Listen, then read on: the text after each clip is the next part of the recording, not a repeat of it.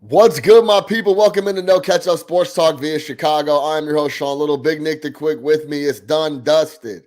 2023 NBA champs are the Denver Nuggets. Jokic did the thing. Jamal Murray did the thing. We're going to break it all down. What's next for both squads? Now Denver has a title. They got all their guys under contract. Don't rest on your laurels. I want to talk about that because that's the theme in the NBA. Win the title, you show up with the same team. And it's like, yeah, we'll just, we can compete. Don't do that. Don't be the Milwaukee Bucks. Go beef up the roster. We'll talk about what Denver can do. We'll then talk about what the Miami Heat can do. What's next? Jimmy Butler's getting older. He was banged up coming down the stretch. Something had to be off with him. We'll talk about the Miami Heat. We'll talk about what they can do going forward. We'll talk about the overall scope of the Denver Nuggets. 12-4 run in the playoffs. We'll talk about that. No, 16-4 run. Excuse me, you got to win 16 to win the title. They did that. We'll break it all down. No catch up. Sports Talk via Chicago. Let's get to it. Now look at Mossy. Really? Oh, so that's how you're going to play it. You going to do this? Okay, fine. That's all I needed. That's all I needed for him to do that. And it became personal with me.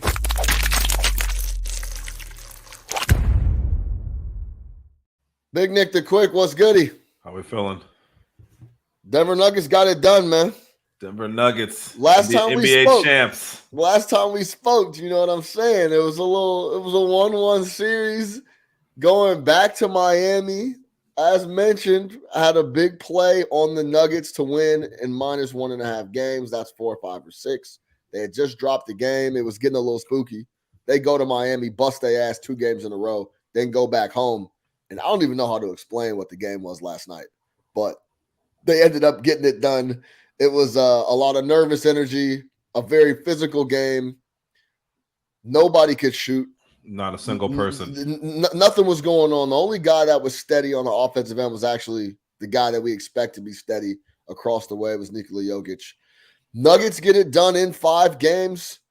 An absolutely awesome run. They lost 1 game after the semis. They swept the Lakers, lost 1 game. Were absolutely dominant at home. They only lost 1 game.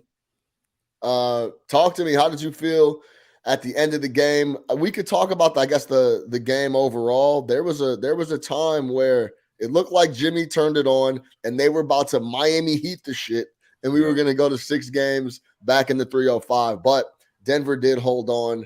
How'd you feel about the game overall? The close, one of the worst reviews of a 3-point foul call I've ever seen in my life. I'm glad that we're not talking about game 6 and that being a really big reason why we had a game 6. That was one of the most egregious calls I've ever seen. People have the NBA is scripted and they want to extend series for tickets and money. Remember, people were finding the scripts, man. People were finding the scripts. They had them. That is a perfect example of fuel for someone that actually thinks the NBA is scripted to go back and look at that and be like, I mean, there's no other explanation why you would call this foul in the first place. Then go review it and look at it and uphold it in a spot like that. But we don't have to worry about that. Game's done, dusted. Nuggets got the W. How do you feel about the title? How do you feel about the run? How do you feel about Jokic? How do you feel about Murray? Let's get into the Nuggets, and then we'll get into Miami. Yeah, absolutely. I mean, as far as the game goes, not a whole bunch to discuss there. I did think it was going to be a Miami Heat type victory just because they played it tight to the 4th. They actually went into the 4th up 1. If you remember, Adebayo hit that late bucket. That was huge. You and I talked about that. Yeah. So I was like, hey, this is playing exactly how Miami wants. It's ugly. It's grimy. It's not like Denver. Ugly. Yeah. Denver is not pulling away with anything, and this is kind of when Miami closes teams down in the 4th. And to the Nuggets' credit, to Michael Malone's credit, and Jokic and Murray and those boys, we got to call him Michael. Apparently, you can't call him Mike. They came through, man. They pulled through, hit big shots down the stretch, locked up on D. There was absolutely something wrong with Jimmy Butler. There was multiple times where you would think he was going to drive to the basket, draw contact, which is his game. And he was either settling for jumpers, then obviously at the end of the game, turned the ball over in a massive spot to KCP, and then took a non-Miami Heat type 3-pointer in a situation where they didn't necessarily need it. It was almost like he knew he didn't have enough, and he waited till the last 3 minutes of the 4th quarter to just expend as much effort as he possibly could. Yeah. He hit a couple big shots, hit a couple free throws. Absolutely. At one point, scored 9 straight points. Yep. So that's what it kind of felt like. Continue. Yeah, for sure. And then obviously, Nuggets did what they had to do, hit the free throws down the stretch. Shout out Bruce Brown. Bruce Brown, a winner. No one else I'd rather see in that situation. So shout out to him. As far as the Nuggets overall, I mean, this is one of the best team in the Western Conference from start to finish. And probably overall the most consistent team in the NBA this year. There were not really a lot of lulls with them, right? I mean, they were just pretty consistent squad. And then they got to the playoffs. You already mentioned the record was a 16-4. 16-4, yeah. Lost Jokic. Lost 1 to Minnesota, lost 2 to Phoenix, and lost 1 to the Miami Heat in the finals. Yeah, I think a lot of people made it seem like there was almost like an anti-Jokic campaign going on. And I get there was some stuff out there. I think it got a little bit carried away. Like for all the doubters, it's like, whoa, okay, the guy did win the last 2 MVPs. I don't think there's a lot of people out here saying that he's trash. No, but I get it. The narrative around there him was though. No, I get the trash is strong. It was just like this dude's he can't be as good and dominant as everyone is saying. A lot of that is his personality, right? Like the narrative around him a lot of it is due to the fact that he is never going to come out and address it or say I told you so or wag his finger in your face. So it's kind of like open season on him and he doesn't really care. So like whatever. But I never thought at some point by the end they were making it sound like you had like this anti-Jokic army that was out there that said that he was like a fucking scrub. So that's neither here nor there, man. He was the best player in the playoffs this year by far, outside of second, I guess, behind or in front of Jimmy Butler, until the finals. But yeah, Murray, really happy for him, man. I thought it was over for Jamal Murray for as long as it was taking for him to come back from that injury. So yeah, just great team, fun to watch. Really happy for them. Denver's a shitty sports town, but good for them. Why you say that? I was out there. I was out there for a whole week, and I didn't see a single Denver Nuggets hat, jersey, item anywhere during the playoffs. What round was it? This year. It was earlier in the year. Yeah, I could walk down Michigan Avenue right now and see 30 different Bulls things, and they're terrible. So I mean, true, that's facts. Anybody rocking any Nuggets gear, it's fine, man. I'm lukewarm on Denver overall as a city, but no, I'm not trying to be a hater though. For real, like that was a great run, awesome by Jokic. He can 100% say he's the best player in the league if he wants to. I got no problem with that. I'll stay right there. Nikola Jokic is the most versatile offensive NBA player I think we've ever seen. Overall, on the offensive side of the game, there's nothing he can't do. He's completely dominant in the post. He's one of the best passers the league's ever seen. He could score with both hands at the rim. He could shoot it from mid. He's unstoppable in the pick and roll if you have another guy that can actually score and do something with it. He could shoot the 3. He's the most versatile offensive guy I believe the NBA has ever seen. We could talk about the greatest scorers of all time. We could talk about Jordan. We could talk about Kobe. Kobe wasn't passing like Jokic. Kobe couldn't shoot the 3 like Jokic. If you want to be real, he didn't have a post game like Jokic. There's a lot of different guys you could go down the list of that were pure scorers that don't have the offensive bag as Jokic did. Now, it helps when you're as big as him and you can body people on the post. LeBron James. He doesn't work like Jokic in the post. What you mean? Doesn't have to, yeah. He doesn't play as well back to the basket as Jokic does. The only thing LeBron does better than Jokic play as well on the perimeter as LeBron does. The only thing Jokic does or LeBron does better offensively than Jokic is coming straight. I'm gonna let you go. This is getting real first take-ish, so I'm gonna. No, this is facts. I'm just saying. No. This is facts. Me hopping in with my LeBron on that, but yeah. Coming. The only thing LeBron does better offensively than Jokic is come downhill and get out in transition. But we're talking about the half court and offensively, Jokic's bag is. This is as close to a guy I've seen being unstoppable, I think, ever on the offensive end. This is every night we talk about it, Nick. He doesn't have a bad game. He affects the game no matter what. He does not have off games. We've seen LeBron James have bad games. We've seen Kobe have bad games. This guy, in a game where no one could hit anything, was 12 of 16. Didn't force a single possession. Offensively, he's the most versatile dude I've ever seen in the NBA. I was thinking about this all night, actually. Thinking about this morning. I'm just like, I don't know if we've seen a guy. And Magic wasn't scoring like that. Magic scoring 16, 17 points. played center. Yeah, that's fine. Yeah, I mean, I'm just trying to throw other names out there. Yeah, for sure. Just for the sake of comparison when we talk about versatile players. Yeah. I mean, now obviously there's big holes on the defensive end, but I'll say this too. And it was against the Miami Heat, who are not a really good offensive team. He played pretty good D this series, contested a lot of stuff at the rim. There was not a lot of easy buckets in big stretches that the Miami Heat were getting. I was extremely impressed with Jokic. He's definitely up there, top 2-3 guys in the NBA right now. When it comes to the offensive end, he's the best offensive player in the NBA, bar none, period. There's no discussion there for me. The defensive end, of course, you could start to pick a lot of holes, but man, this guy offensively, Eder said it in the group.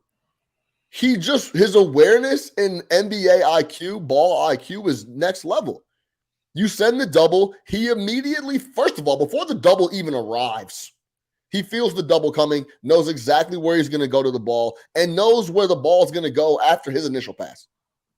He knows he has to go to the corner to get Murray a jumper at the top of the key. He knows he has to go to the top of the key to get Porter or KCP a jumper in the corner. He looks around, knows when the double's, it's like, okay, double's not coming. Bucket. Any hand you want, left, right. The most versatile dude I've seen. Now, overall on the run, it was a gift they got to see Miami in the finals. Because once they got there and saw Miami, that was free cheese. Miami wasn't going to have enough. It was a really bad matchup. We talked about it going in. I mean, but based on what we saw from the Eastern Conference in the playoffs, I mean, who wouldn't have been a gift, right? I mean, like, no. Yeah, I get it. I get like Boston would have been Philly. Yeah, Philly probably would. Philly's size would have been an issue. I think Philly was probably their worst matchup. Probably. So they don't have to see Philly. They don't have to see Boston, Boston would have had multiple. Bro, Miami was the poor man's Boston. Boston wanted to shoot threes just like Miami could, but Boston could really fill it up if necessary. And Al Horford might have been able to. The poor man's Boston. They're beyond the poor man's Boston. I mean, Boston. But like I'm talking about like from like the reigning defensive player of the year. But I'm saying from like a roster standpoint and like how they like have success on offense on the ball. 3-point ball right. For sure. Exactly. Yes. Now there's one thing. And Bomani Jones actually mentioned this as well, but I was thinking it before he tweeted it out. If I think the only way you could actually bother Jokic is if you go out there and just beat him up to death and literally foul guys out.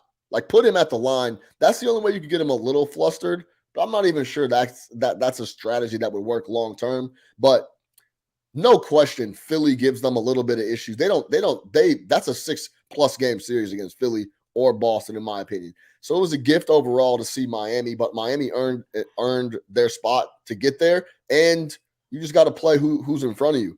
Now, to sweep up the Lakers was tough because Jamal Murray just exploded in a half. That was a big game. Then Jokic had a crazy game in game one. They just kind of ran out of gas, right? I think overall the run, when you include the regular season, was very impressive because they were the number 1 seed throughout. They got to the playoffs, took care of business against a Suns team we thought would have more teeth. They folded up and got beat up. They had no depth. Then they absolutely beat up the Lakers team, who everybody was talking about, and they have one of the best players of all time in LeBron James, number 2 of all time in LeBron James.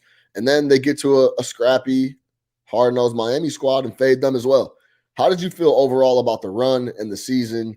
I know I don't even need to like all-time rank the run. It was an awesome run, 16-4. Not a lot of teams have done that. Yeah. No other the Jokic Murray duo first combo to ever go 25-5-5 overall in the finals. How'd you feel about the run overall? Did it feel dominant? Did it ever feel? When did you feel like, yeah, this is a wrap, man? Phoenix is, Denver's not losing. They're getting the title. If I'm being completely honest with myself during the Western Conference Finals, but I think I never thought that this finals was in doubt. You just don't want to count out the Miami Heat just because of everything that they've shown you. But eventually, the laws of the NBA got to come back into play, and you just don't have enough against this team. Plus, with the way that Denver was running, or the way that Denver was playing.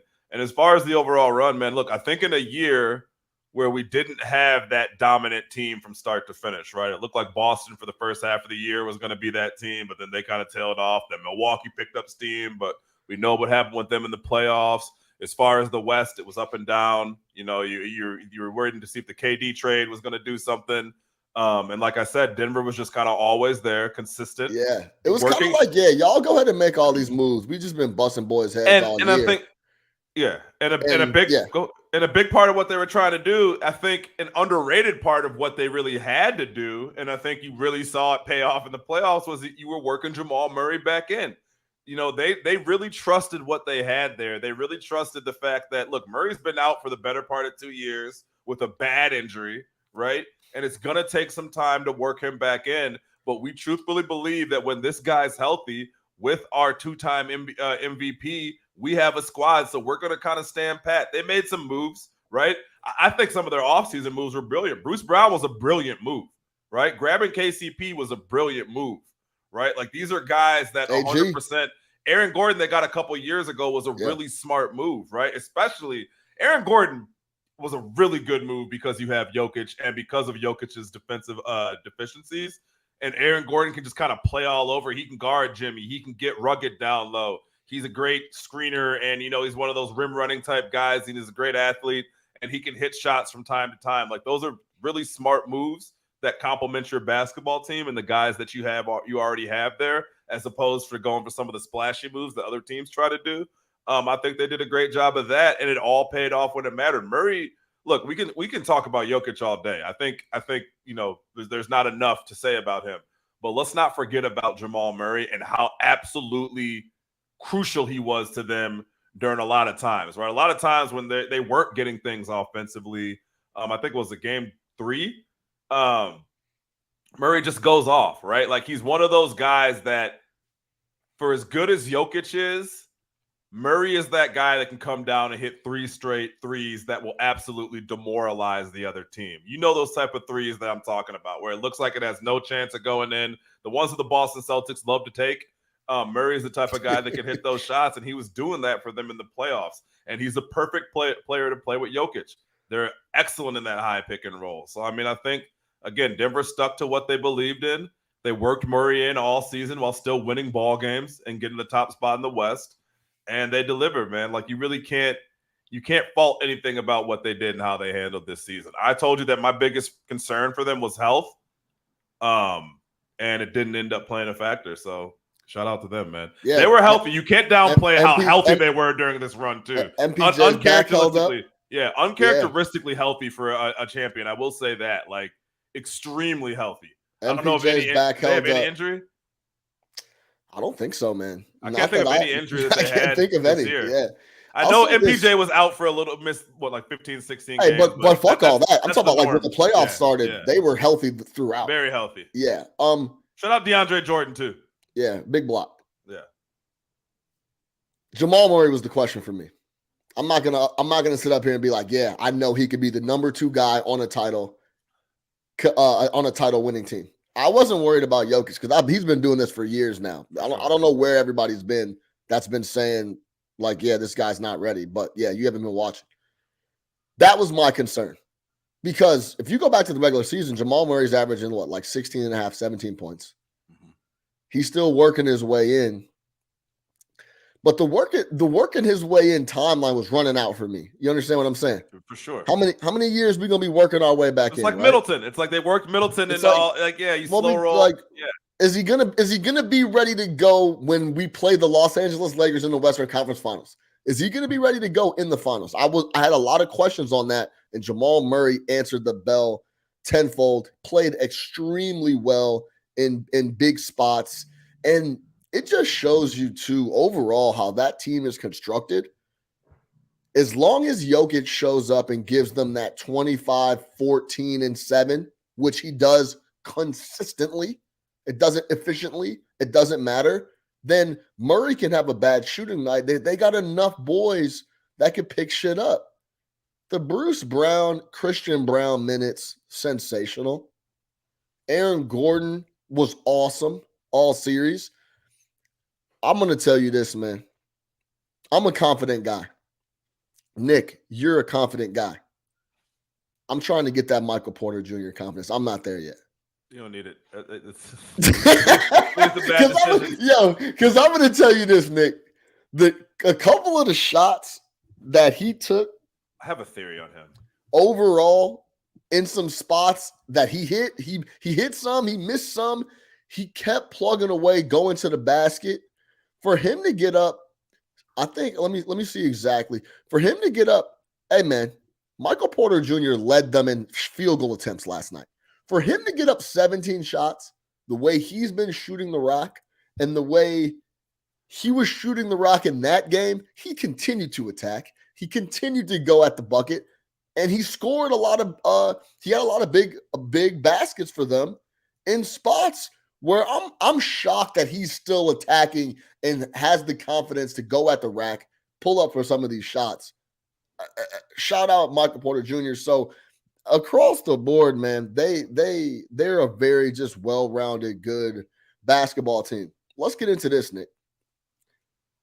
On the intro, and then we'll get to the Heat here in a second. On the intro, dog, I talked about teams winning the title and just chilling. Perfect example is the Milwaukee Bucks.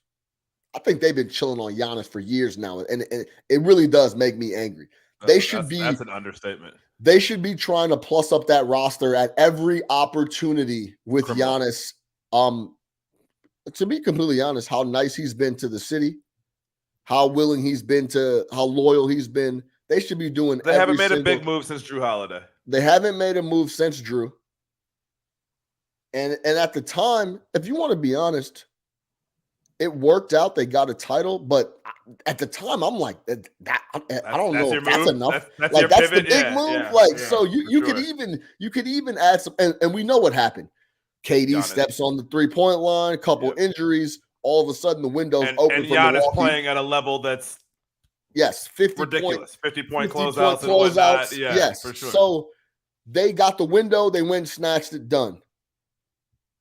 The Nuggets, I hope, don't do what a lot of other teams have done in the past, and Milwaukee's the shining one for me, that they win, they show up with the same exact team, and they just expect that they can compete. Now, I love a lot of their pieces that Denver have, but go add somebody else. Why not go get another big that can play a little D off the bench? Why not go get another shooter?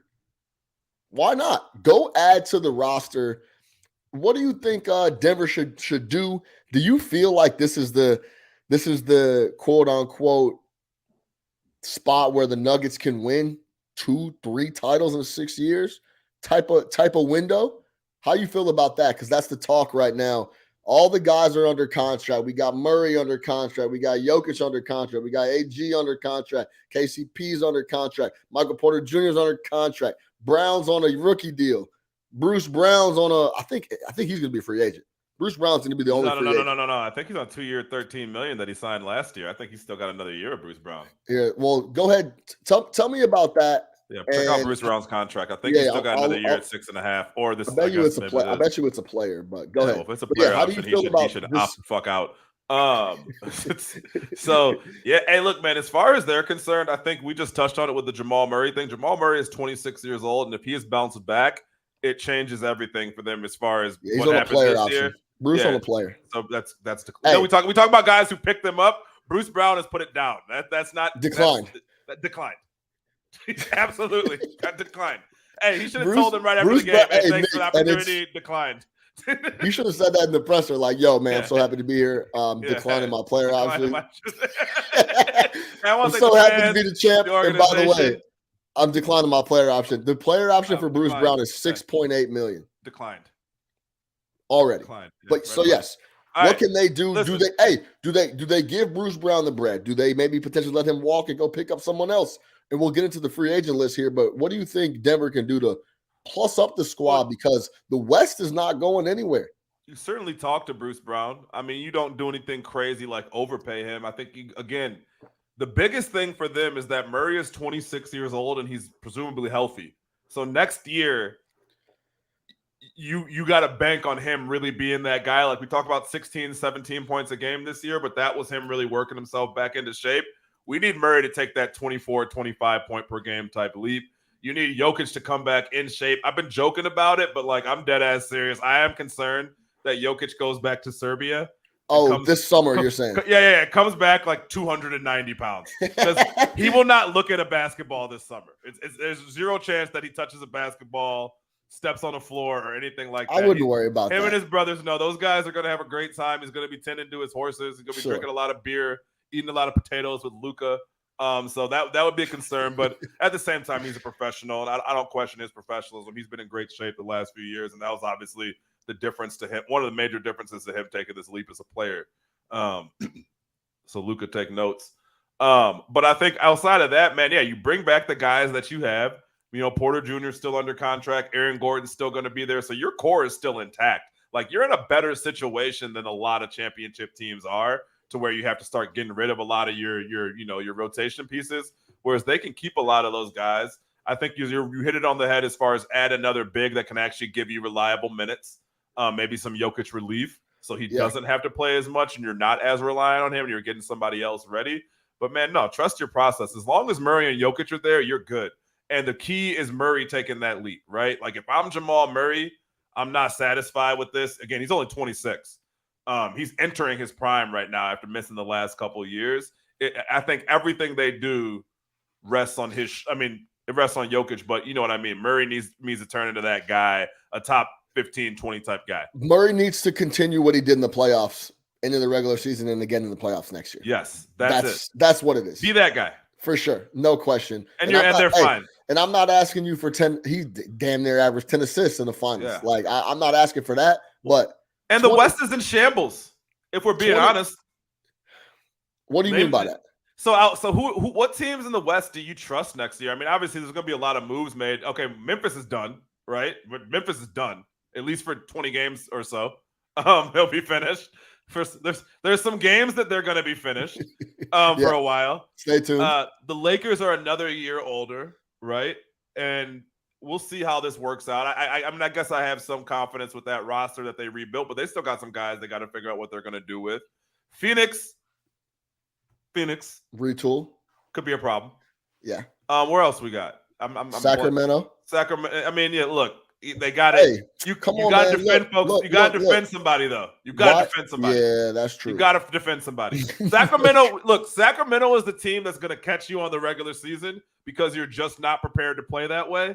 And a lot of teams aren't trying to go score 130 on a Tuesday. But over a 7-game series, you can figure out how to slow them down. You put them in the half court, there's some major issues there. I like Sacramento, but they need to make some moves. Probably add some guys who can play some defense. Yeah, I mean, you saw Sabonis got exposed in the playoffs. What about Minnesota? They need them. I guess what we're getting at is none of the teams. I'm trading everybody whose last name isn't Edwards. I guess. Listen, all the teams we're laying out can't compete with Denver at the moment. I think that's for sure. But I still don't want them to rest on their shit. No. Now, let me throw a name out there as a good pickup. I would love for Denver. Jakob. Good. I like unrestricted free agent. They got the bird rights. Man, that's such a sharp. That's such a league pass grinder. I've been watching San Antonio and Toronto Raptors ball games. Go fucking pick right there. Add Jakob nice. As a backup center to come off. He would give you great minutes. For sure. We're gonna get into the. Wait. I gotta give you. I'm serious. I'm giving you credit. Pulling out Jakob Porto. I wouldn't have expected you to go there, but that's a great move. It's a great fit. No, he's awesome. He's great. That would be a great fit for Denver. I don't think Toronto lets him go. Yeah, I mean, they got a lot of question marks too because we know Fred's a Speaking of guys, Or we're going to get declined. to. He Well, yeah, that's declined. what I'm saying. He's a free agent, right? So they might have some roster changes out there, but yeah, man, I would love the Jakob Poeltl in Denver. I think that'd be a really good addition for them. So yeah, what I'm getting at is I hope Denver does keep all their guys and make some moves and just fill out the roster to the point where, like you said, if the health doesn't hold up, you just keep looking down the bench and can go get boys off. Simple as that. Is that wow? Wow, yeah. Wow. That's crazy. Wow. It is what it is. But don't rest on your laurels. The Denver Nuggets can go add some pieces and continue to really, really compete. Because like you said, Nick, the West is working through some things, even though I know LeBron's not going anywhere. I think Phoenix is going to come. They're going to retool and add some pieces. So salute to the Denver Nuggets.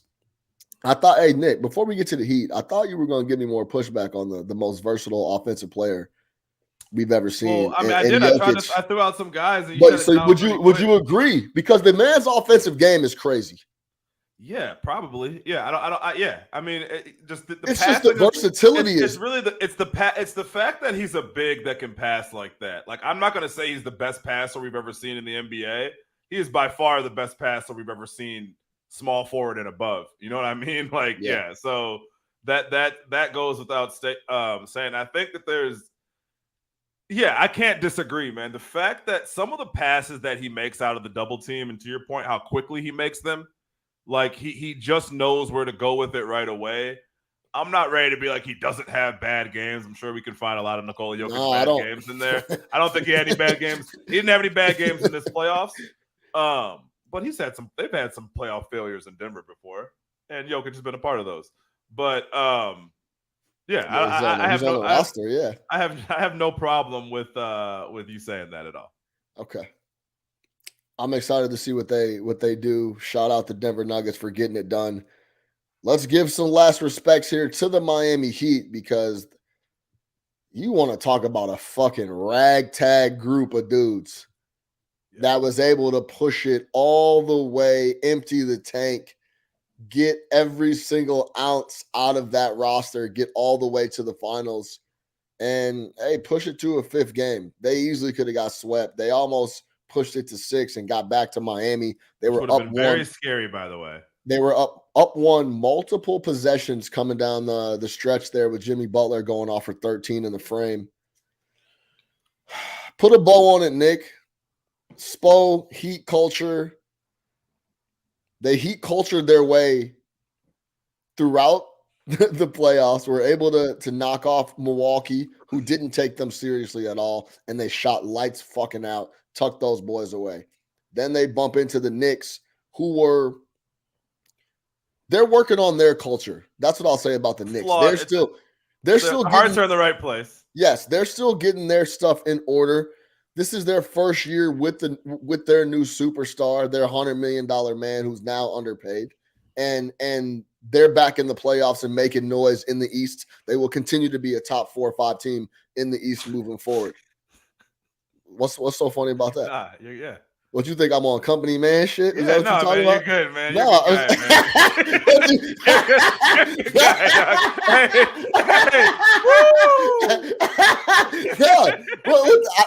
I truly believe that. Preach. Hey, I wouldn't say that if I didn't believe it. I think like a fucking wait, you don't think the Knicks will be you don't think the Knicks will continue to be a top 4 or 5 team in the East? I think the Knicks are walking literally on the razor's edge and can either be on the good side or the fucking very bad side, and happen to play really well this year, but that thing could go sour absolutely like it did last year.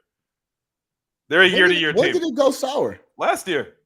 How so? They beat the Cavs, who were last year, the year before last season, not this season that just concluded. Last season. You talking about when they didn't have their best player on the roster? Is that what you're talking about? Who, Jalen Brunson? Yeah. Well, their best player was so you mean hold on? So yeah. So okay. Anyway. Yes, they can. Yeah, I think okay. Dude, the Brunson stabilizes some things there, but it's still. Listen, there's a Randall question that's going to be asked soon, and I think there's a Randall. They have a Randall problem. Like, we can't pretend like they don't. Like he is fucking the yin and the yang. Like there's so much good and there's a lot of bad, and it just happens to kind of show itself at some of the worst times. Yeah, But yeah, it's an interesting situation. No I question. think to say like, oh, this is going to be a top 4 team for the next few years, like unequivocally, is bold to me. I would guarantee they make the playoffs the next 2-3 years easy. Especially if you start throwing the play in. I think they make top 6 regardless. It's also the Tibbs thing, man. Like, what is this, year 4 Tibbs coming up? Tibbs is not a 4-year guy. Man, it's a quick. He's a fling, not a relationship. Dude, the Knicks were really awesome last year. They were great. They overperformed last year. Second half of the season, they were fucking phenomenal. One of the best teams. And we talk about Julius Randle question marks. If RJ Barrett shows up and start answering questions, I know we keep saying that about a lot of players, but he's still a super young dude. He comes in and I'm not the biggest RJ fan. I was gonna say, you're not an RJ guy. But if he comes in and starts answering some questions and makes me look dumb, then they might be able to move Randall and keep it moving without issues. That's all. We're not here to talk about the Knicks, but I lost my train of thought. How do we get to the Knicks? I was saying. Oh, we're talking about the Heat. The Heat played the Knicks, who you were saying was a good team. So the Heat played to be honest, bro, before the finals, I think the Knicks gave the Heat the hardest time throughout their playoff run. Without a doubt. They were grinding through the Knicks. The Knicks were the only team that looked like they had a chance of beating them. Yeah. So they had a tough run in that aspect. Then they get to Boston. I mean, you want to that Boston Miami Heat series on paper might be the most like talent slanted in one direction we've seen in quite some time. Yeah. If you look at that roster, just the Celtics, they're what, 12 players versus the Miami Heat's 12. It's like, dude, there's no way these guys can keep up. And they were busting their ass in multiple spots. So I can't say enough about how, if you listen to this pod, you know how we feel about the Miami Heat and Spoelstra and Jimmy Butler overall, just how they go about their business, how they deal with adversity, how they show up on a night in, night out basis. The regular season shit's a little puzzling because they put themselves in a really poor position where they almost didn't make the playoffs. But I don't know if that's by design. I would love to hear from Spo on that. Like, no one's really, because it doesn't matter because they're in the finals. But what happened during the regular season? Was that just like you guys chilling? So I'm excited to see how that shit shakes next year. But let's show those guys their flowers, man. They fucking played their ass off. What a run. Jimmy ran out of gas. Remember I told you when we picked the Nuggets? I was like, dude, I think just Miami's going to run out of gas. Jimmy Butler's going to run out of gas. They don't have enough. They're just going to be out, tired. Throw the altitude in there. It's going to be tough for Miami to keep up, and that's exactly what happened. Any thoughts before we get into this free agent list and how Miami can improve their roster? Just about the run overall, Spo, Heat culture, the whole thing. Yeah, I think that this was the truest. I don't know. I mean, the whole as far as validating the Heat culture thing. I think the bubble run, people looked at it like, oh, what a perfect situation. They're in the bubble. This team sticks together. Yada yada. Almost discrediting it, and I'm not discrediting Bubble's finals. I'm not discrediting Bubble's runs. I am discrediting TJ Warren, but that's another story. Outside of everything, man, everybody was playing in the same situation, and some teams were able to handle it, and some teams weren't. But it's not like certain teams had a certain advantage. They were all there. They're all going through the same thing. And just because one guy was homesick or certain people didn't want to be there, it is what it is. So I think for a while, who are you talking about? The Lakers, the Clippers, not the Lakers. I'm sorry, it was the Clippers who wanted to leave, right? Who was homesick again? The Clippers, Zion. No, I thought you were talking about PG, man. Remember PG? Oh, Paul George? Yeah. Hit the side of the backboard. Yeah, I don't know about this. I don't know about this, man. I thought I got to get out of here. Yeah, shut up. Like, yeah, exactly, bro. Like, I don't want to hear it. Yeah, PG was like he was down bad in the bubble. PG, man. For the Heat, that was summer camp. They're having a grand old time. We're playing cards every night. I got wine on deck. Literally, it was summer camp. They were sitting around. Jimmy Butler was sitting around selling people $20 cups of coffee, playing cards, drinking wine, and playing 47 minutes. Yeah. It's It's great. awesome. It's awesome. Yeah. So, but whatever. A lot of people looked at that for something differently. They want to discredit it. You can't say anything about this one. We were out the bubble. This is the regular NBA playoffs, and I don't care about Giannis injuries. I don't care about Boston problems. I don't care about what's going on in New York. This team went to the NBA Finals, right? I understand they backed into the playoffs. Whatever, it doesn't matter. Once you're there, you're there. Fake it till you make it, and that's all you can say, man. But there's no reason we should have thought like or be disappointed that they didn't win. I mean, again, their best players outside of Jimmy Butler and Bam Adebayo were Gabe Vincent, Max Strus, Caleb Martin, a cast-off Kevin Love, which we can get into Cleveland for that. I don't understand why you got rid of Kevin Love when you needed a backup big who could shoot. Go figure. And whoever else, right? Like who fucking Highsmith was playing championship minutes. Well, Cody Zeller was getting minutes. Yeah, Bam and Strus in the post game talks about when Kevin Love and Zeller showed up. That was like the final piece. That was like the final meshing guys that they needed. Kevin Love is a guy, man. He's been through the battle. He's a player with LeBron. Yeah, I know how this goes. So yeah, man. Shout out to the Miami Heat. Shout out to Eric Spoelstra, who continued to coach his ass off, given the resources he had. Even watching the game last night, I was watching with Nikki, and I was like, yo, there's certain spots where the difference with the Heat is there's certain spots, right, where a shot might go in or they turn the ball over, and we watch it, teams fold it up. Yeah, 97% of teams will just say, hey, start to compound and everything. Yeah, we're good. We're not going to come back. Miami plays through the final whistle, right? Like they played to the end. They played to the end in that game. They're never really out of it, and that's a credit, man, because a lot of teams just aren't prepared to go up against that, right? And you think in the playoffs when everybody raises their game, we like to talk about that. It's clear that when the playoffs happen for them, and this has been going since the bubble, that they raised the game. They almost made the finals last year. Same situation. It's not like they had a bunch of world beaters on the roster last year either. It's the same situation. So there's something to it to when we talk about the playoffs where it matter. Can they get it done in the playoffs? Yada, yada, yada, yada. Clearly they do. So, I mean, fuck the regular season then. They're saying, hey, the Bucks had a great regular season. Where are they? Boston had a great regular season. Where are they? No question. I want to talk about Spo's timeout usage. You've been on there. Yeah, you love it. I can't believe it, to be honest. He hasn't missed a timeout call. I can't remember last time he missed a timeout call. The time that he burns timeouts are perfect every single time. Yeah. He slows the team. Anytime and the other part, Nick, it seems like every time he burns one, I'm like, another timeout, and I look down, and he has 5 left. Yeah. It's not like he's using timeouts all the time. It's just the timing of each one he burns is so perfect. Spo has been outstanding across the board. Stuff like that, he knows the team so well. He's kept them in games and in situations and in quarters tons purely on the fact of burning a timeout at the right time. Yep. And then make whatever little adjustment that he makes. Yep. Timeout. Like, nah, y'all aren't going to get out here and let the crowd get back into it and get out running. Jamal Murray, the best offensive possession of the Denver Nuggets game last night was when Bruce Brown got a wide open look from guess who, Jokic.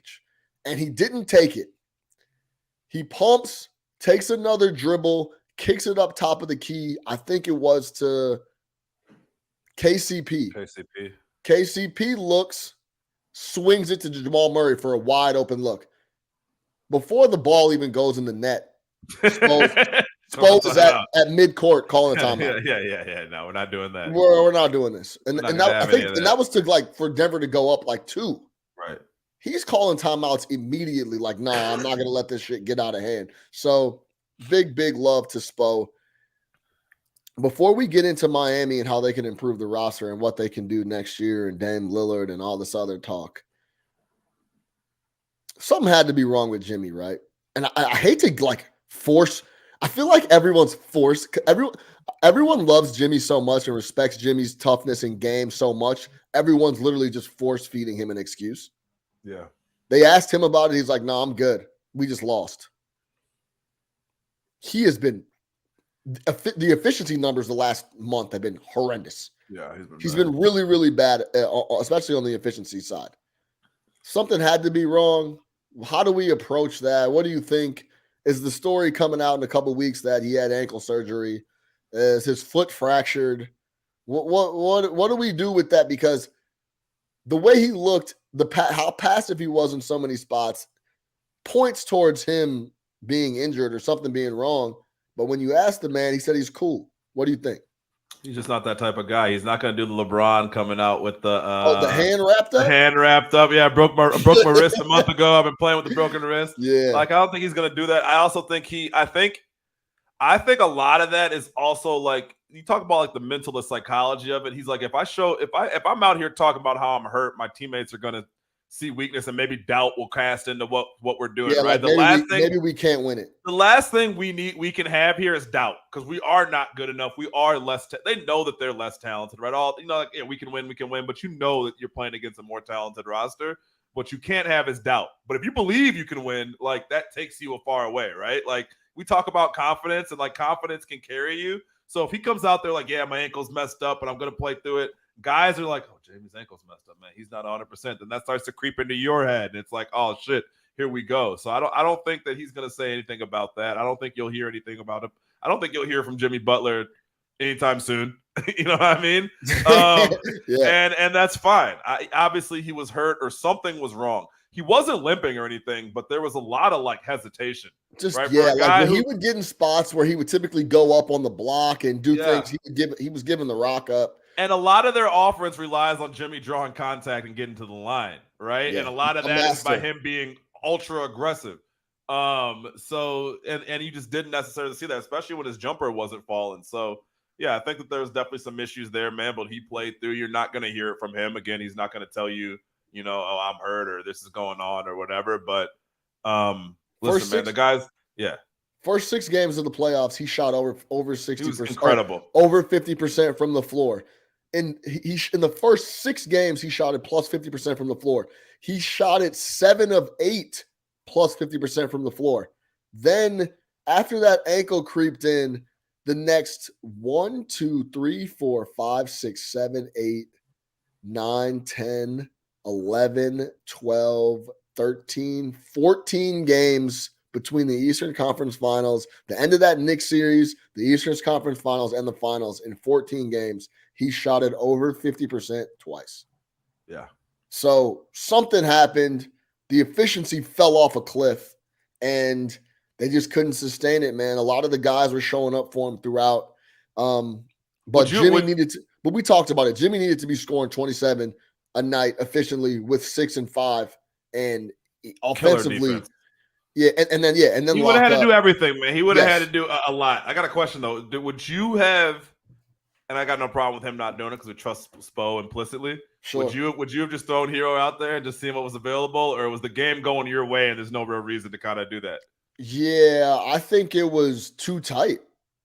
The game was exactly it wasn't a 1-point NBA Finals game that hasn't played in a month and a half. Yeah, and it wasn't it wasn't a high scoring game. Yeah, now, I will say this. There was a lot of possessions offensively where things kind of went downhill where they could have used a guy like Hero on the floor.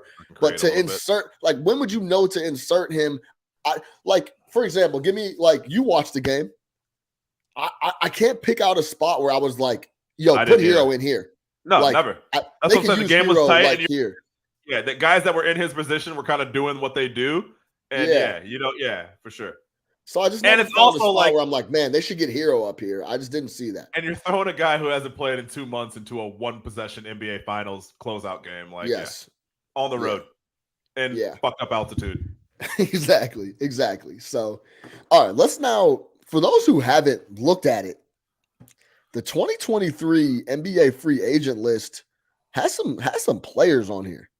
Now, there's a few player options. There's a lot of bird rights. So that essentially, the bird right, for those who don't know, essentially means the team that they're signed to currently or are with currently can offer them the max money on a certain deal. They could give them the most money.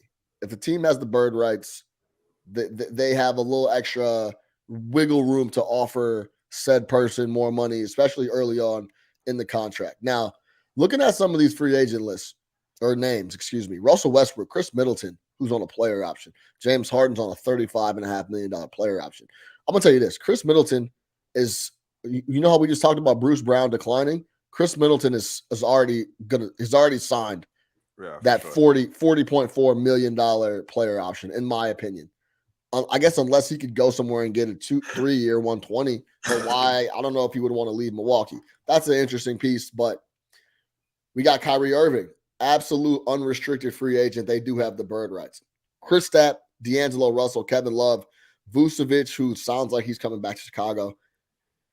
Draymond Green has a player option at 27.6. Now, that's really interesting because that flat out is just a decision on if they think they could win. If Draymond Green doesn't believe that team has enough in the tank to win more titles, he opts out and gets his last bigger deal. From who? Someone, whoever, right? I think Draymond Green is so much more valuable to the Warriors than he is than anybody else in the league. Well, no, but that's not the point. Someone will overpay him for sure somewhere else, right? Like, for example, I guess what I'm saying is his player options $27.6 million. If he thinks they have some more wiggle room and can actually win another title, he just signs the player option and then goes. You think someone's giving more than Draymond more than you think someone's giving Draymond like 4 and 100 or 4 and 80 or something? But I mean, what I'm saying is he could sign for more than 27.6. He could just sign a 3-year 90. Yeah. You think someone's giving him 3 years 90? Okay, so say it's not 3 years 90, but it's still 3 years 75. That's still $50 million more than you're picking up. That's what I'm saying. Do you think that he's getting 3 years and $75 million from somebody? That's the question. Yeah, someone would give him 3 years, $75 million. Yes, I think they'd give him more than that, to be completely honest. So that's a question mark. We'll see what happens there. Then let's kick off the conversation right here. Fred VanVleet, point guard. Everyone's talking about Dame Lillard going to. Let me ask you this, Nick. I'll lay it out right here because this is what I think. Would you take Fred VanVleet as a free agent to Miami, or would you take Dame, but you got to give up all your fucking draft capital? You got to give up Duncan, Hero, and probably some more motherfuckers to pick up Dame in a trade? Or do you just go sign Fred, potentially extend Gabe Vincent, he's a free agent, and then come back with that same similar roster with Fred added, and then maybe potentially go pick up another defensive big who I also have another name for you who I would love to see in Miami. We'll get to that in a second, but I want to get your thoughts on, would you take Fred VanVleet as an unrestricted free agent or take Dame and gut your roster and all your draft picks? I don't think they can sign Fred VanVleet outright, can they? You're just saying if they were able to? Yeah, I haven't got that. I haven't got that deep on it, but yeah. So I think, man, I'd probably Dame Lillard. You would gut the roster and everything before just signing Fred. Yep. I believe in my ability to. You've always been able to find guys, develop guys, and work them into your culture. Jimmy is 33. I think you want to pair him with the absolute best player that you can right now. And I think the next 2 years of Dame Lillard are better than the next 2 years of Fred VanVleet. I really like VanVleet. We're big VanVleet guys. Shout out to 815 Rockford's finest. But I think you have a chance to get Dame Lillard while he's still in the end of his prime, but he's still a top tier player. You love shooting threes. Dame loves shooting threes. You need someone who can fucking flat out score. Dame can flat out score. And you kind of figure it out. He's not a great defender, but I mean, again, he's not the first person you've had at that position that can. Well, let me ask you this, Nick. You just laid it out. You just talked about Heat culture. You talked about them in the Eastern Conference Finals last year. They're back in the finals this year. They're in the Eastern Conference Finals damn near every year with the roster they have. Now you're telling me you could add Fred without gutting and without setting your franchise back, without a lot of cap space, without a lot of draft picks, without a lot of role guys. How much better, man, this is so disrespectful, but how much better is Fred VanVleet in a playoff run than Gabe Vincent was? Because that's essentially where you're upgrading, right? I'm just asking. I want to know. What do you mean? This is a serious question? Gabe Vincent was fucking awesome for them. Bro, man, Gabe Vincent can't fuck with Fred VanVleet. Okay, I like Gabe Vincent. That's a major upgrade there. I know he's a great defender, all that. I'm going for Dame Lillard, man. I get it. I mean, it's a really interesting spot though. Hey, man. Dame Lillard makes more of a difference in the series that you just finished than Fred VanVleet. Hey, man. Gabe Vincent last 3 games, he scored 7, 2, and 6 points, bro. Yeah, it wasn't that great. Come on, what are we talking about? What about his first 16 playoff games? Go back to the Knicks series. He had games of 5, 3, 6, and 7. Yeah, you're probably right. Come on, man. What? Gabe was great. I like Gabe's game. He's a good player. I like Gabe Vincent. To me, I'm taking Dame Lillard. I'm going back to that. Go back to the Nuggets series. Who helps you more in that series? Man, Fred would be massive in that series, just like Dame would. But I think you're underestimating getting rid of all those guys. You got to move Hero probably. You got to move Duncan Robinson probably at the very least. Hero didn't play for you. You essentially Hero didn't play for you this playoff, so that's you can win without him. And Duncan was in there because you needed guys who have offense, and Dame is bringing you a lot of offense. So essentially, you give the those Heat. Guys don't matter when you're bringing a 30-point scorer on board. That might be a valid. I might not be able to argue. Especially one who's a dead-eye shooter. So you're saying, but this is also what this is also what we've been talking about with people just adding 2 guys and then think they can just backfill the roster, everything Gucci, and it's not, i.e. the Phoenix Suns. So you're saying go get Dame, Bam, Jimmy, and then fucking backfill them with whoever, and it's finals time again for them. It's not whoever, it's trust your recruitment. They do a great job of finding but bro, guys. It's gonna have to be whoever, because this team has never been bad.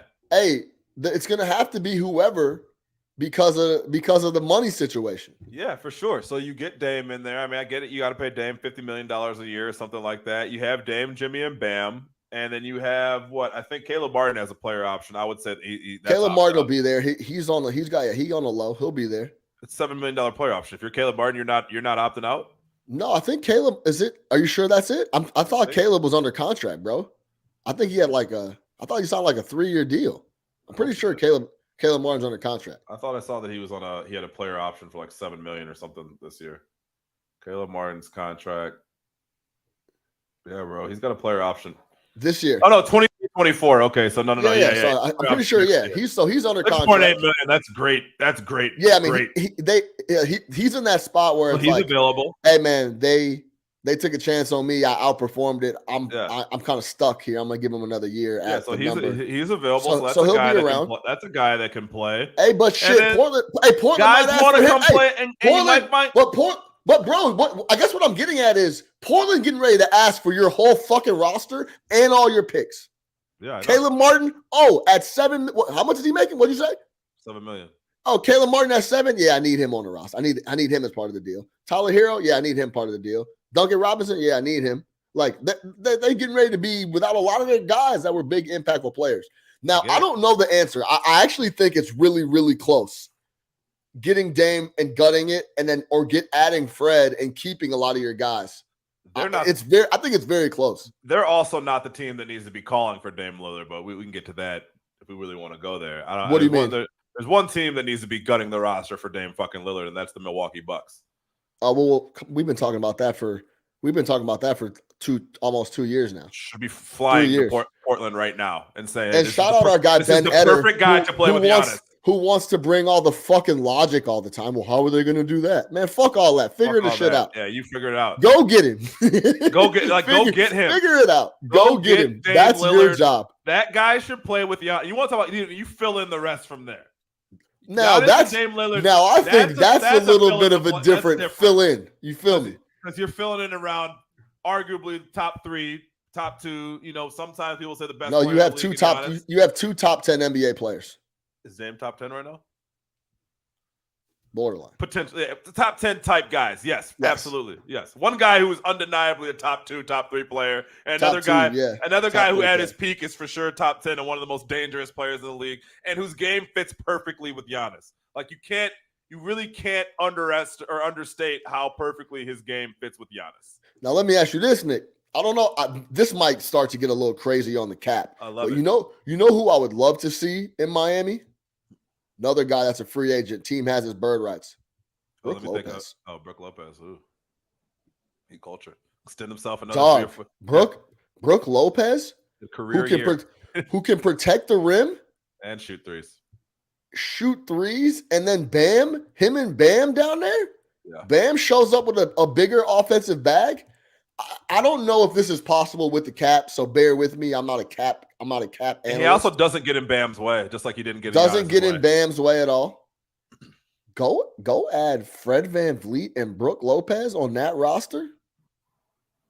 I love it. I love that Miami Heat roster. If you somehow can figure out getting Fred VanVleet and Brook Lopez, add Jakob Poeltl in Denver, add Fred and Brook Lopez to Miami, and then backfill it with guys, I think that roster is tough. And listen, let's be honest, bro. That Miami window is maybe 2 years. 3 tops. Jimmy's going to be 36, 37 years old. Yeah, I think it's probably about 1 or 2 years. Brook Lopez is old. Give Brook Lopez a 2-year deal, 3-year deal tops. 2-year team option in the third. Somehow, that I would love to see that. Add Fred VanVleet, add Brook Lopez to that Miami Heat roster as is. Maybe Gabe Vincent's not around. Maybe Max Strus is not around. If you could somehow figure out. It's probably a sign and trade situation, and there's just no chance if you're the Milwaukee Bucks, you're fucking sending that guy down there. Well, no, he's a free agent. I know, but I don't think they. Again, yeah, no. They have his bird rights.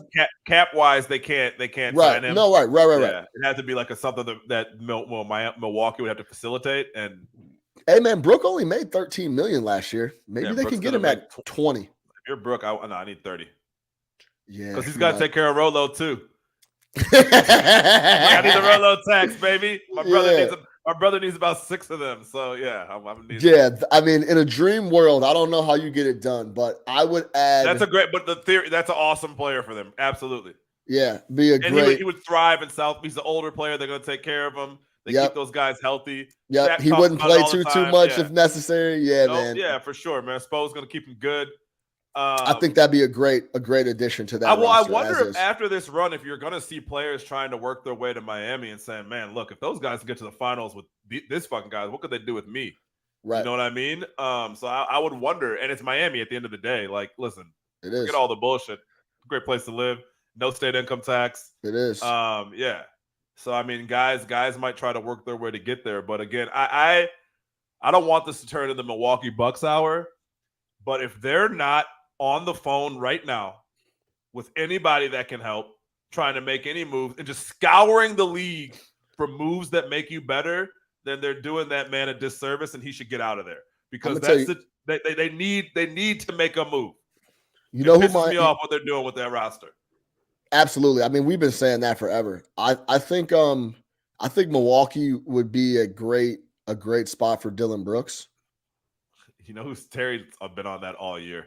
I think he'd be a good spot for Milwaukee. Dillon Brooks can play. He impacts the game. I know motherfuckers don't like him, and I think he's a cornball. I get it. He impacts the game. He can't shoot it. Yes, I understand. That's an interesting spot. This free agent list, this NBA offseason is about to get. You'd be upgrading that Grayson Allen spot with Dillon Brooks, and Dillon Brooks is a better Grayson Allen. Exactly. Grayson has a moment. Grayson can shoot that. Grayson can shoot the thing, though. That's the difference. You need shooters around. The problem with Brooks is he can't shoot. And you need guys who can hit jumpers around Giannis. Yeah, that's true. I always thought that I never understood why they weren't in the Harden sweepstakes all the time. Harden is another player that's perfect to play with Giannis, but another guy that could be a great addition for someone, Seth Curry, can absolutely shoot it when he gets the minutes. He's gotta be healthy. Yeah, man. There's a lot of guys on this list I think are very, very interesting. DiVincenzo has a player option at 4.7. That's an opt out. I would have to imagine. Harry Trent. Yeah, man. Go look at everybody listening. Go look at this this free agent list. There's a lot of hoopers on here. D'Angelo Russell. I'm hard pass. Yeah, he's just low IQ baller. I'm gonna tell you this. He's a great regular season NBA guy. No playoff basketball for D'Angelo Russell for me. No thanks. He's just ultra talented, but he has no low IQ. I got a question for you. So since we try to keep it Chicago every once in a while. Where are you? I already know, but I just want to hear a lot of Vucevic extensions. Yeah. It almost seems like it's a done deal. They want to bring him back. To Vucevic's credit, played in 82 games last year. played well numbers I wise. would hope so. He ain't banging into nobody or doing none of that. Yeah, So played 82 games last year. Was he an All-Star last year? Nah. What? All-Star a couple years ago. What the fuck was he? Where are we with? Was he an All-Star last year? Yeah. Where are we at on Vooch? I mean, another Wednesday night. Washington Wizards are in town. Expect him to play a good game. Very efficient scorer. He's an okay player. Bulls bringing him back on a 4-year extension for good money. No thanks. 33 years old. Not interested. Not interested at all. Dude, we should have a fucking Bulls episode. Yeah, we should. We should have one next week. Matter of fact, we cool. can talk about like before the draft. We'll do like a little Bulls and then draft. All right, because coming in hot with the Bulls. What a mess. Let's do it. It's a complete mess at the moment. Yeah. Your max guy, a year. Is there any team in the NBA? No, there's lots of teams that have buyer's remorse. The roster, there's real buyer's remorse on Zach right now. I can tell you that. The roster construction was built around Lonzo Ball. Could have worked with Lonzo Ball running the shit. They were going to have a backcourt that was defensively sensational. Yep. They could get out and run, and Lonzo could shoot it with a reimagined jump shot that he showed up with that was doing very well. Now, the Zach LaVine contract is interesting. They're getting ready to, if they sign Vucevic, they're getting ready to have 2 deals at big numbers for guys that are not pushing you over the top. Yep. And DeMar DeRozan is getting older.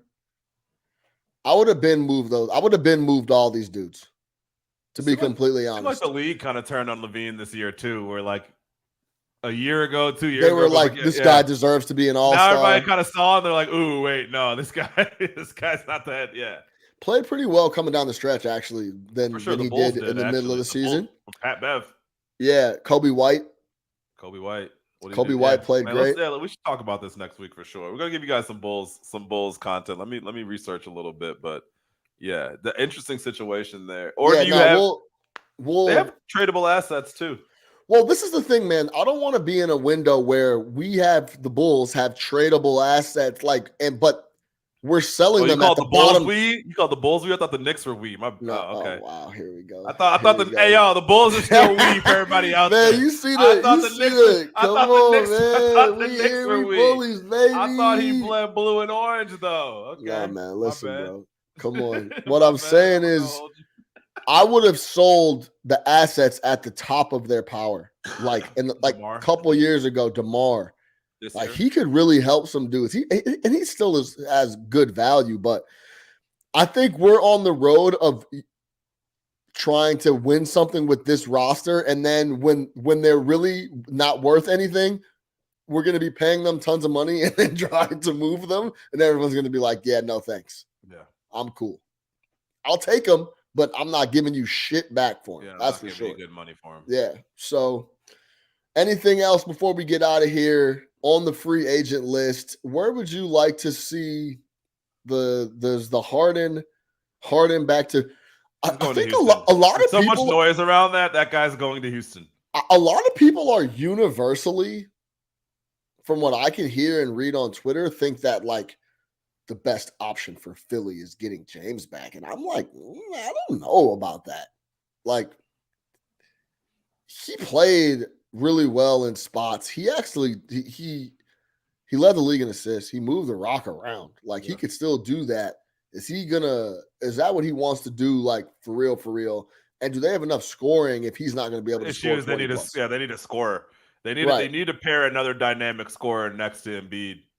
So that's interesting. I think that's the problem. If he's giving you 10 assists, but he's also giving you 25 a night, then you're good. If he's giving you 10 assists, why would he give 18, 19 this year? I think it was 21, actually. But not like a, dominant 21. It was 21 because I'm James Harden. Let me ask you this, what I mean? Let me ask you this. Where do you see these two players being a good fit? Because I think they're interesting. Kyle Kuzma's on a player option with Washington at $13 million. Opting out. He's opting out. Beyond opted out. Yes. Where would you like to see him? Because Kyle Kuzma got a lot of flack in LA. Yeah. It's tough to play in LA, man. Those lights are really bright, right? Especially with LeBron, and he won a championship there. Yeah, he played really well. That was a bad trade. Recall what was it? They traded yeah. KCP and Kuzma for fucking Russell Westbrook. That was an awful trade. Yeah, it was. It was a bad trade. An all-timer. Where would you like to see Kuzma go? Where do you think he could impact a squad? I think Milwaukee. That's interesting. Yeah, he'd be great for Milwaukee. Putting everybody on Milwaukee. No, facts though. 6'9", versatile defender that can shoot. He literally screams Milwaukee Bucks. Jordan Clarkson is another guy. If he's willing to continue to come off the bench, Milwaukee's a great spot. Milwaukee's anywhere though. Anywhere. He could go anywhere. If you need scoring, and he's fine in whatever role you want him if to he's start, good coming off the bench, continuing to do that, he can go a lot of places. For sure. He is scoring off the bench. He's instant offense. I like Clarkson a lot, actually. I thought he was phenomenal in Utah this year. He might want to just stay there and see what they got going on. I mean, player option 14.3. Yeah, see, I don't know if he's necessarily going to play with Walker Kessler. Yeah, shout out Walker Kessler. Shout out Walker Kessler. Walker Kessler. Hey, Walker Kessler's cold. If you watch, he's a watcher's hooper. Yes. Like if you Walker watch, Kessler can play. Impacts the game at multiple different points and key spots and impacts winning. Walker Kessler will have his moment in this league. Believe you me, I'm telling you right now. Shit. Don't play with me about Walker Kessler. He will have his moment in this league. I got Kuzma for sure in Milwaukee. I would love Kuzma in Miami. I would love Kuzma back on the Lakers. I think he makes perfect sense because Kuzma in Miami would be great. They just need size, man. You know what sneaky guys. Kuzma squad for me? Dallas. Really like him in Dallas. You're saying with Kyrie or without Kyrie? With Kyrie and Luka, because I think he can defend. He gives you some defensive versatility. He's not a lockdown defender, but he can defend multiple positions and he gives effort. And it gives you some they have shooting, but it gives you just another guy, I guess. Dallas is a fucking mess too. Yeah. Because again, Dallas is a mess. Look, we love Luka, but it's a mess until he figures himself out too. Like he is not blameless in that situation out there. Yeah. And we just talked about Jokic getting in shape and it making the difference. Luka needs to get in shape. He needs to stop bitching too. Seems like behind the scenes, Luka might be a bit of a guy, Pariah. Bit of a guy to deal with. Bit of a guy, very opinionated guy who kind of does things his way. But I can see it. So I think those are some good Kuzma spots. But I would love him in Milwaukee. Yeah. Milwaukee. Make it work, dude. I don't know who Milwaukee's GM is, but fucking make it work. Do something. You have a generational, not a great player, a generational player. Yeah, facts. Generational player who loves that city, who wants to be there. Yo, listen, and not a lot of if the generational thing is not a joke. You will not draft another Giannis Antetokounmpo ever in the Milwaukee Bucks. And I'm going to tell you this, you will never get a free agent to go to Milwaukee. Never. So you need to win all your titles right now. Yeah, don't bullshit. Going to the luxury bullshit. You should be fucking nosediving into the luxury tax. Yes. You should be like it all pays off. Like you're good. Nosediving. You should be 100%. Come in and give that shit all over. And you should be. How creative can we get?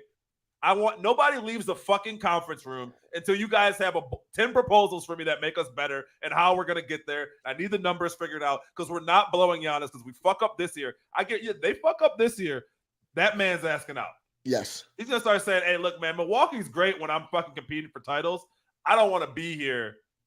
I'm not losing in the first round of the playoffs. I'm not trying to see the end of Chris. I'm not trying to see the end of Drew because those guys. Which is very Chris Middleton's end is might very be over. Might be there. Yes. And Drew's not going to age gracefully. I can tell you that right now. His body will break down, and he's one of those type guys. And yeah, so you got an old roster that you haven't gotten younger. You've missed on draft picks. That's another thing, man.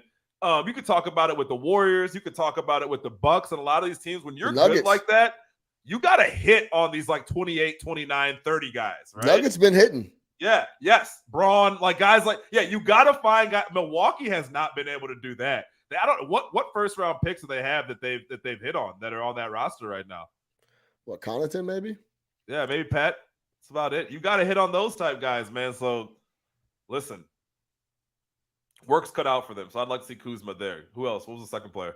It was Clarkson. Oh, Clarkson. Yeah. Was the other one? Let me see if I can find one more. That's cast off. Well, hey, Kelly Oubre could be interesting for some people.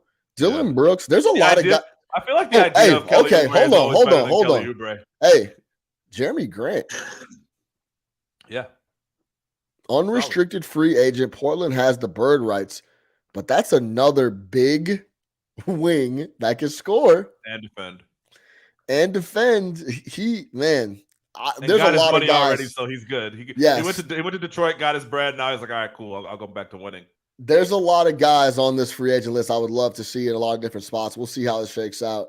For Big Nick the Quick, that's going to do it for the NBA season, man. What a year it was. We had a lot of fun with y'all. Keep hitting the DMs, showing love. Tell a friend about the No Catch Up podcast. We'll be back. We'll talk some more shit next week. We have the Bulls. We have the draft coming up.